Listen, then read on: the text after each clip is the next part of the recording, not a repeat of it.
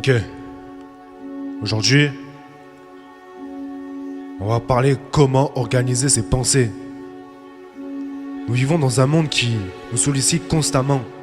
Un monde où l'information fuse de toutes parts. Un monde où il est parfois difficile de se concentrer et de retrouver la clarté mentale nécessaire pour prendre les bonnes décisions. C'est dans ce contexte que la pratique de la méditation et de l'organisation de nos pensées peut s'avérer extrêmement bénéfique. Un empereur romain et philosophe, Marc Aurèle, était un fervent adepte de cette pratique. Il a écrit dans son livre « Penser pour moi-même » que la méditation était le meilleur moyen de se recentrer sur soi-même, de clarifier ses pensées et de développer la maîtrise de soi. Organiser ses pensées, c'est avant tout apprendre à les observer sans jugement. C'est une pratique de prise de conscience qui nous permet de mieux comprendre notre monde intérieur et d'identifier les pensées qui nous empêchent de vivre pleinement. Cela implique de faire preuve de patience et de persévérance. Car ce n'est pas une pratique facile, mais elle est essentielle si l'on veut progresser sur le chemin de l'épanouissement personnel. Une des méthodes que Marc Aurèle utilisait était de tenir un journal de méditation. Il écrivait ses pensées et ses réflexions sur le papier, ce qui lui permettait de clarifier ses idées et de trouver des réponses à ses questions. Ce journal lui a également permis de prendre du recul sur les événements de sa vie, de développer sa capacité à se remettre en question et de renforcer sa résilience. Il y a aussi une autre méthode qu'il pratiquait. Cette méthode était de se concentrer sur les choses qui étaient en son pouvoir plutôt que sur celles qui ne l'étaient pas. Il a compris que la vie était souvent imprévisible et que nous ne pouvons pas tout contrôler.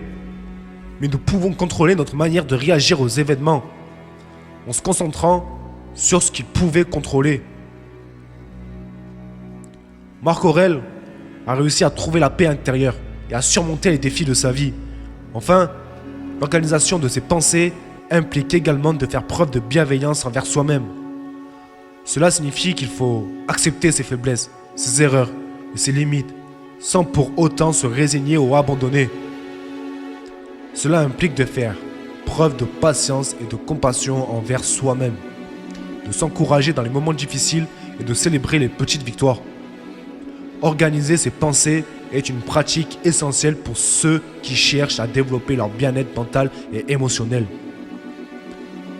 En se concentrant sur la méditation, la tenue d'un journal de réflexion et en adoptant une attitude de bienveillance envers soi-même, nous pouvons trouver la clarté mentale nécessaire pour surmonter les défis de la vie, pour développer notre résilience et pour nous épanouir pleinement.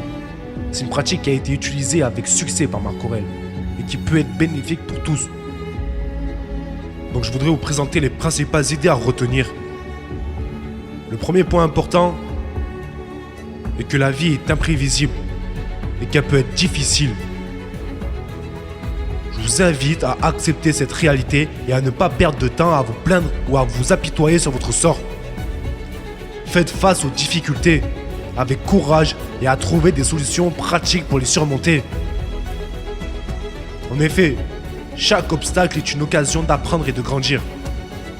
Le deuxième point est que vous devez apprendre à vous connaître vous-même. La connaissance de soi est essentielle pour vivre une vie épanouissante et réussie. Vous devez comprendre vos forces et vos faiblesses, vos désirs et vos peurs, et chercher à vous améliorer continuellement. Marc Aurèle nous rappelle que la vie est un voyage de découverte de soi et que nous devons continuellement nous remettre en question pour évoluer. Le troisième point est que vous devez cultiver la vertu et la moralité. La vertu est le fondement d'une vie réussie. Marc Aurèle encourage les gens à développer des qualités telles que la sagesse, la compassion, l'honnêteté, la justice et la patience. Ces qualités morales vous aident à faire face aux défis de la vie avec grâce et dignité.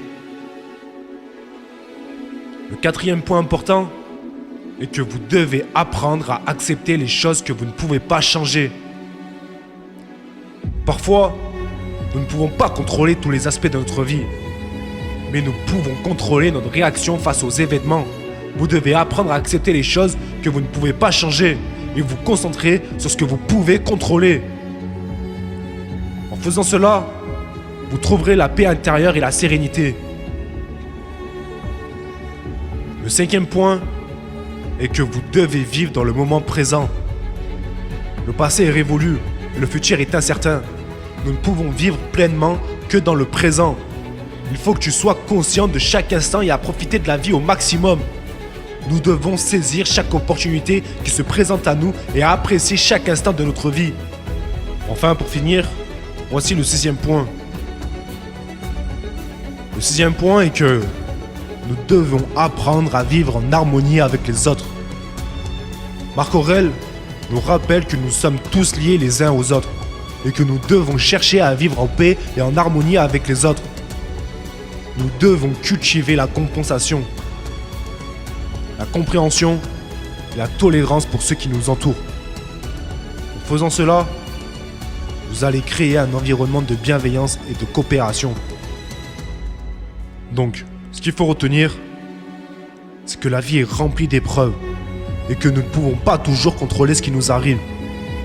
Mais nous pouvons contrôler notre attitude et notre réponse à ces événements. Marc Aurèle nous encourage à accepter les défis avec courage, à nous connaître nous-mêmes, à cultiver la vertu et la moralité, à vivre dans le moment présent et en harmonie avec les autres. La sagesse et la vertu sont des qualités intemporelles et universelles qui peuvent nous aider à trouver un sens plus profond dans la vie et à contribuer à rendre le monde un endroit meilleur pour tous. En suivant les enseignants de Marc Aurèle, nous pouvons trouver la paix intérieure, l'épanouissement personnel et le bonheur dans notre vie quotidienne.